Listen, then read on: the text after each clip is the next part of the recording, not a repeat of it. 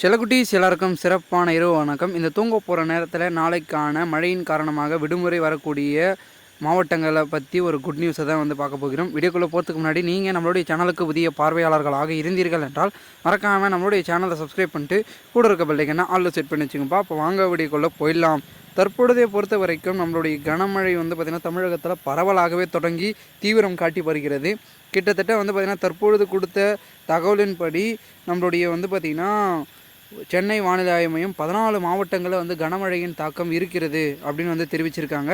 அதன் தொடர்ச்சியாக வந்து பார்த்திங்கன்னா நாகை, மயிலாடுதுறை, திருவாரூர், தஞ்சாவூர் ஆகிய மாவட்டங்களில் கனமழை வெளுத்து வாங்கி கொண்டிருக்கிறது அப்படின்றதையும் வந்து பார்த்திங்கன்னா தகவலை வெளியிட்டிருக்கிறார்கள். இது மட்டும் இல்லாமல் தென் மாவட்டங்கள் புதுக்கோட்டை, சிவகங்கை, ராமநாதபுரம், தூத்துக்குடி, கன்னியாகுமரி, நெல்லை, தென்காசி, தேனி ஆகிய தென் மாவட்டங்களிலும் வந்து பார்த்திங்கன்னா கனமழையானது பரவலாக பெய்து கொண்டிருக்கிறது.